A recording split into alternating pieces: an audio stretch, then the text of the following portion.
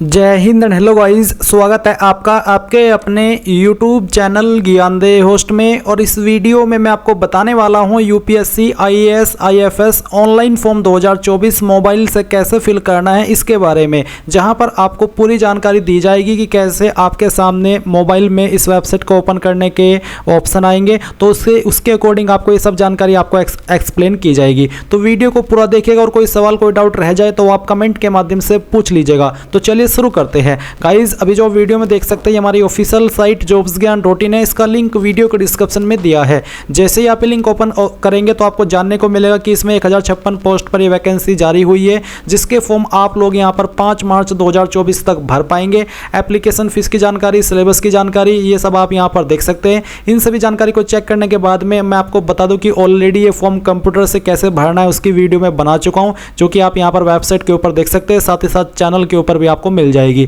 तो आप यहां पर आइएगा। यहां पर गाइज आपको इंपॉर्टेंट लिंक के सेक्शन में apply online link through OTR, इसके ऊपर क्लिक करना है। इसके ऊपर क्लिक करने के बाद आपके सामने यूपीएससी की वेबसाइट आ जाएगी। अब यहां पर आने के बाद में मैं आपको बता दूं कि अगर आपने इस वेबसाइट का इस्तेमाल करके पहले 2-3 साल के अंदर कोई भी फॉर्म भरा है तो आपका अकाउंट बना हुआ होगा, आपको न्यू रजिस्ट्रेशन करने की आवश्यकता नहीं है। आप पुरानी इन्फॉर्मेशन से ही यहां पर लॉगिन करेंगे, जिसमें कि आप यहां पर आपकी रजिस्टर्ड ईमेल आईडी, आपका रजिस्टर्ड मोबाइल नंबर, उसके ऊपर ओटीपी मंगवा करके इसमें लॉगिन कर सकते हैं। बट गाइज अगर आप फ्रेशर है, आपने इस वेबसाइट का इस्तेमाल करके कोई भी फॉर्म नहीं भरा, पहली बार आप फॉर्म भर रहे हैं, तो आप यहां पर न्यू रजिस्ट्रेशन के ऊपर क्लिक करेंगे। अब इससे आगे का प्रोसेस मैंने जब पहली बार रजिस्ट्रेशन किया था उस वक्त जो वीडियो क्रिएट की थी रजिस्ट्रेशन प्रोसेस की, वही वीडियो इसमें अटैच करने वाला हूं, क्योंकि रजिस्ट्रेशन इसमें लाइफ टाइम में एक ही बार होता है। तो आप आगे रजिस्ट्रेशन कर लीजिए एंड फिर अप्लाई जब होगा उसका प्रोसेस आपको नए सिरे से बताया जाएगा। इस पर क्लिक करने के बाद आपके सामने कुछ ऐसा इंटरफेस आएगा। आप यहां पर जो आपका नाम है वो 10th के सर्टिफिकेट के अकॉर्डिंग फिल करेंगे। इस नाम को दोबारा डाल करके आपको यहां पर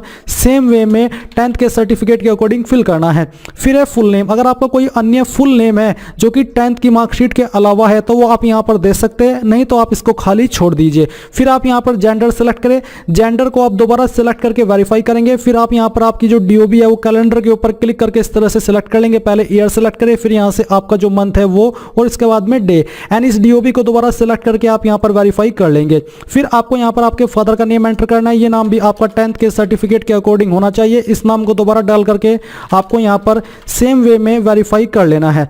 इसके बाद में यहां पर गाइज आपके सामने जानकारी आती है मदर्स नेम की, तो आपको आपकी माताजी का नाम एंटर करना है। आपकी मदर्स का नेम दोबारा डाल करके वेरीफाई करना है।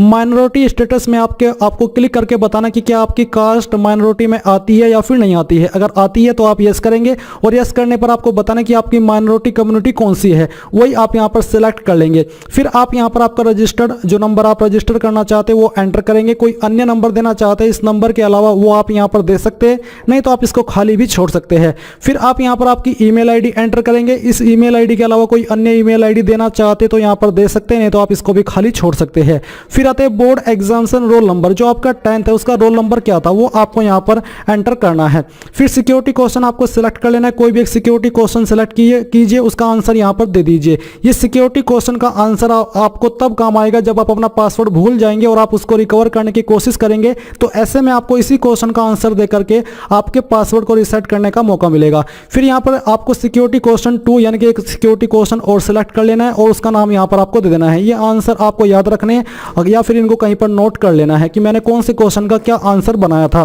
फिर ये कैप्चा कोड आप यहां पर फिल करेंगे एंड देन इन सभी जानकारी को चेक करके आप सबमिट पर क्लिक करेंगे। अब गाइस यहां पर आपने जो भी जानकारी भरी है उनका प्रीव्यू आपके सामने आ जाएगा। आप इन सभी जानकारी को चेक करेंगे। अगर आपको लगता है कोई जानकारी गलत हो गई है तो आप अपडेट चेंज के ऊपर क्लिक करके इसको अपडेट कर लेंगे, नहीं तो आप यहां पर आई एग्री पर क्लिक करेंगे। इसके बाद में यहां पर जो आपकी ईमेल आईडी है जो आपने अभी यहां पर रजिस्टर की है और जो नंबर दिया है उसके ऊपर ओटीपी गया होगा। आपको ऊपर की तरफ नंबर के ऊपर दिया गया ओटीपी फिल करना है और नीचे की तरफ आपको ईमेल आईडी वाला ओटीपी डालना है एंड देन आप वेरीफाई ओटीपी के ऊपर क्लिक करेंगे। इसके बाद में आपका जो ओटीपी वेरिफिकेशन है वो हो जाएगा और फिर आप यहां पर जो आपको होम पेज देखने को मिलेगा कुछ इस प्रकार का। यहां पर आपको जो इन्फॉर्मेशन मिली है अभी वो आप यहां पर डाल करके लॉगिन करेंगे। जैसे कि आप यहां पर आपकी रजिस्टर ईमेल आईडी एंटर करेंगे जो कि अभी आपने रजिस्टर की है। यहां पर आपका जो गेट ओटीपी के ऊपर क्लिक करने के बाद ओटीपी आया है वो ओटीपी डालेंगे और फिर आप यहां पर ये वेरिफिकेशन कोड फिल करके लॉगिन कर लेंगे।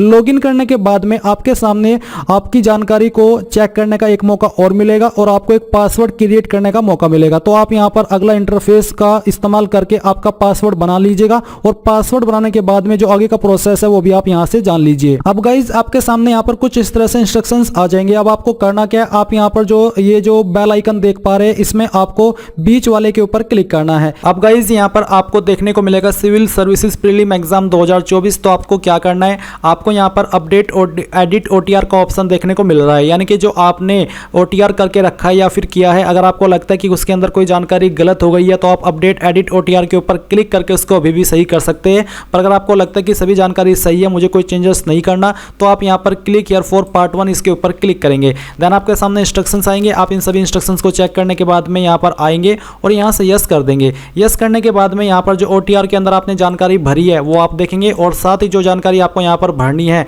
वो है एग्जामिनेशन एप्लीकेशन डिटेल्स। तो सबसे पहले नेशनलिटी में आप इंडियन सेलेक्ट कर लेंगे। मैरिटल स्टेटस आपको बताना है, अनमैरिड मैरिड जो भी स्टेटस है आपका वो आप सेलेक्ट कर लीजिए।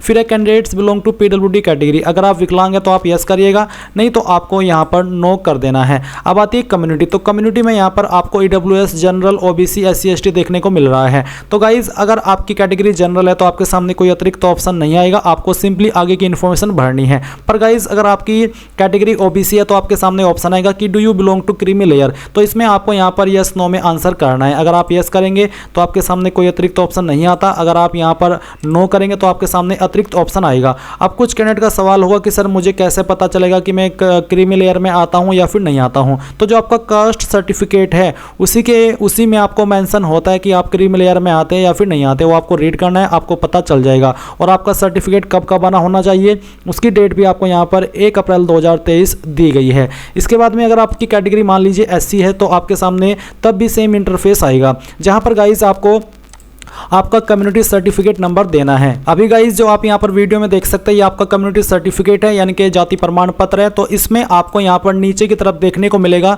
कि ये सर्टिफिकेट किसके द्वारा जारी हुआ है। तो ये सक्षम अधिकारी यानी कि तहसीलदार के द्वारा जारी हुआ है। तो आपको यहाँ पर जो अगला इंटरफेस देखने को मिलेगा आपका सेलेक्ट डेजिग्नेशन। तो आपको सेलेक्ट करना कि इनमें से कौन से अधिकारी ने आपका सर्टिफिकेट जारी किया है। तो जैसे कि मैंने आपको यहाँ पर ये वाला सर्टिफिकेट दिखाया तो ये तहसीलदार के द्वारा जारी हुआ है। आपको आपका सर्टिफिकेट चेक करना है और जिसके द्वारा भी वो जारी हुआ है उसी की अथॉरिटी का नाम यानी कि पोस्ट का नाम आपको यहां पर सेलेक्ट करना होगा।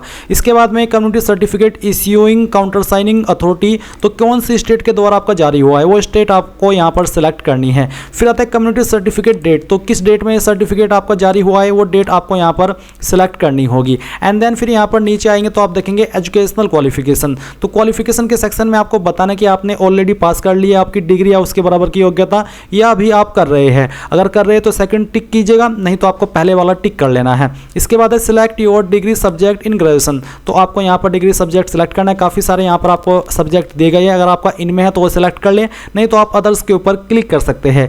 एंड अगर आपका इन्हीं में है तो आप यहाँ से सिलेक्ट करेंगे और उसके बाद में जैसे कि मैंने मैथमेटिक्स सेलेक्ट किया या फिर अगर मैं मैथमेटिक्स के अलावा कोई और भी सिलेक्ट करता हूँ तो यहाँ पर एक ऑप्शन आता है कि सिलेक्ट एग्जामिनेशन प्रेफरेंस। तो आपको बताना है civil services, Indian forest service या फिर दोनों। तो अगर आप दोनों में करना चाहते तो आप यहाँ से दोनों कर लेंगे। अगर आपको किसी एक में अप्लाई करना है तो आप यहाँ पर कोई एक भी सिलेक्ट कर सकते हैं, ये आपकी चॉइस के अकॉर्डिंग है। अगर आप दोनों सेलेक्ट करें तो आपको दोनों की जानकारी आपको आगे चल करके देनी है।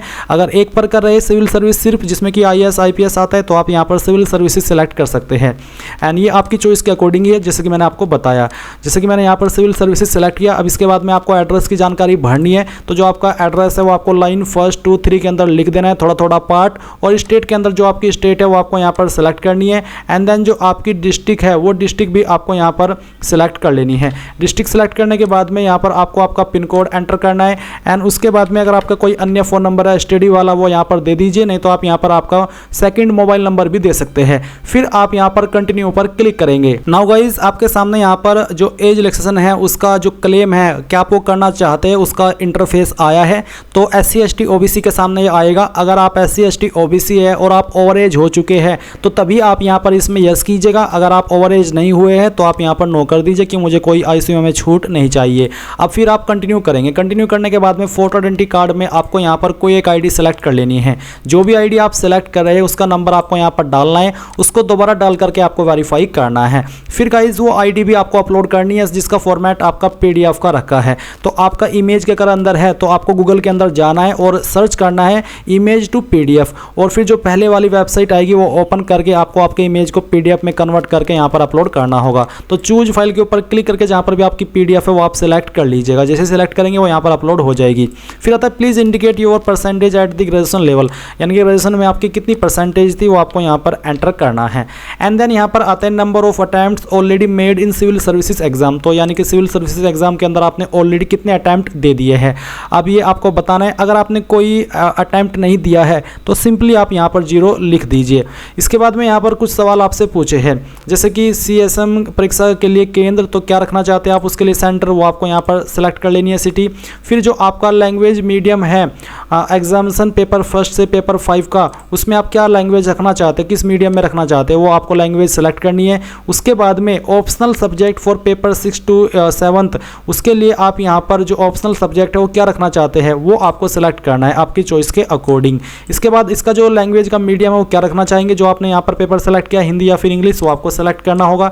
अब आता है do you help from Arunachal Pradesh, Manipur, Meghalaya, Mizoram, Nagaland, Sikkim, क्या आप इन जगह से बिलोंग करते हैं? अगर हाँ तो आपको यहाँ पर यस करना है, नहीं तो आप नो करेंगे। नो करने पर यहाँ पर आपको कहा है कि अगर आप नो करते तो आपको यहाँ पर पेपर ए हेतु यानी कि पेपर ए हेतु आपकी लैंग्वेज सेलेक्ट करनी है। तो जो भी आप लैंग्वेज रखना चाहते हैं वो आपको सेलेक्ट कर लेनी है। एंड इसके बाद में मैं आपको बता दूं कि अगर आप सिविल सर्विसेज एंड IFS दोनों पर अप्लाई कर रहे हैं तो आपको यहाँ पर इसके नीचे IFS की जानकारी भी देखने को मिलेगी, उसकी जानकारी भी आपको सेम तरीके से भरनी होगी। एंड उसके बाद फिर आप कंटिन्यू पर क्लिक करेंगे। अब गाइज आपने जो भी जानकारी भरी है वो आपके सामने, आप यहाँ पर एक एक करके ऊपर की तरफ जा करके अपनी जानकारी चेक कर लीजिएगा। अगर आपको लगता है कि कोई जानकारी गलत हो गई है इस प्रोसेस में तो आप अपडेट के ऊपर क्लिक करके उसको अपडेट कर लीजिएगा, नहीं तो ये जो कैप्चा कोड है वो यहाँ पर भरिएगा और उसके बाद में आई एग्री के ऊपर क्लिक करके यहाँ से ओके कर दीजिएगा। ओके करने के बाद में आप देखेंगे कि आपका रजिस्ट्रेशन यहाँ पर अभी हो चुका है, बेसिकली आपका पार्ट 1 कंप्लीट हो चुका है। अब गाइज जो कैंडिडेट इस फॉर्म को जनरल OBC से भर रहे हैं उनके सामने यहाँ पर पेमेंट का पेज आएगा, यानी कि पहले उनको अपनी एप्लीकेशन फीस जमा करनी होगी तभी उनका ये जो पार्ट 1 है वो कंप्लीट होगा और उनके सामने यहाँ पर रजिस्ट्रेशन की जानकारी आएगी। अब SC/ST के लिए कोई फीस नहीं है तो इनके सामने डायरेक्टली ये वाला इंटरफेस आ चुका है। अब आप यहाँ से इसको प्रिंट कर लीजिए, स्क्रीनशॉट ले लीजिए, क्योंकि इसमें रजिस्ट्रेशन ID काफ़ी इंपॉर्टेंट है, बाकी जानकारी तो आप लॉगिन करके यहाँ पर ले सकते हैं। अब आपको क्या करना है, आप लेटेस्ट नोटिफिकेशन पर यहाँ पर जो आपको राइट साइड में ऊपर की तरफ देखने को मिल रहा है इसके ऊपर क्लिक करेंगे। इसके ऊपर क्लिक करने के बाद आपके सामने सेम इंटरफेस आएगा। अब आपको यहाँ पर अपलोड फोटोग्राफ एंड सिग्नेचर इसके ऊपर क्लिक करना है एंड देन यहाँ पर आप फोटो और साइन अपलोड करेंगे। तो गाइज यहाँ पर आप देख सकते हैं कि आपका फोटो किस तरह का होना चाहिए, सिग्नेचर किस तरह का होना चाहिए, यानी कि एक्सेप्ट क्या क्या है आपका, और इसके बाद आपको यहाँ पर आपका फोटो और साइन अपलोड करना है। गाइज यहाँ पर जो आपका फोटोग्राफ का डायमेंशन है वो आपका 550 × 550 रखा है और जो आपका सिग्नेचर है उसके जो पिक्सल है वो 1000 × 1000 रखे हैं। साइज 20 से 300 KB के बीच में होना चाहिए। तो आप दिए गए इंस्ट्रक्शंस के अकॉर्डिंग यहाँ पर आपका फोटो अपलोड करेंगे। आपका कोई भी वेबसाइट का इस्तेमाल करके आपको बना लेना है इमेज। अगर प्रॉब्लम आ रही है तो मैं आपके लिए एक स्पेशल वीडियो बना दूंगा कि कैसे आपको मोबाइल से या कंप्यूटर से ये फोटो बनाना है और अपलोड करना है। तो यहाँ पर गाइज मैंने फोटो और साइन की फाइल सेलेक्ट कर ली है। अब मैं यहाँ पर अपलोड इमेज के ऊपर क्लिक करता हूँ तो आप देख सकते हैं कि सिंपली यहाँ पर फोटो और साइन अपलोड हो चुका है, कोई एरर नहीं आया क्योंकि मैंने यहाँ पर दिए गए इंस्ट्रक्शंस के अकॉर्डिंग अपना फोटो और साइन बनाया है तो मेरे सामने कोई एरर नहीं आया। अब आप यहाँ पर सिंपली कंटिन्यू के ऊपर क्लिक करेंगे एंड देन फिर यहाँ पर आपको आना है और centre selection and agreeing to declaration इसके ऊपर क्लिक करना है। फिर गाइज आप यहाँ पर एग्जामिनेशन सेंटर में देखेंगे कि किसके लिए आपको एग्जाम सेंटर देना है, यानी कि आपको आपकी सिटी सेलेक्ट कर लेनी है।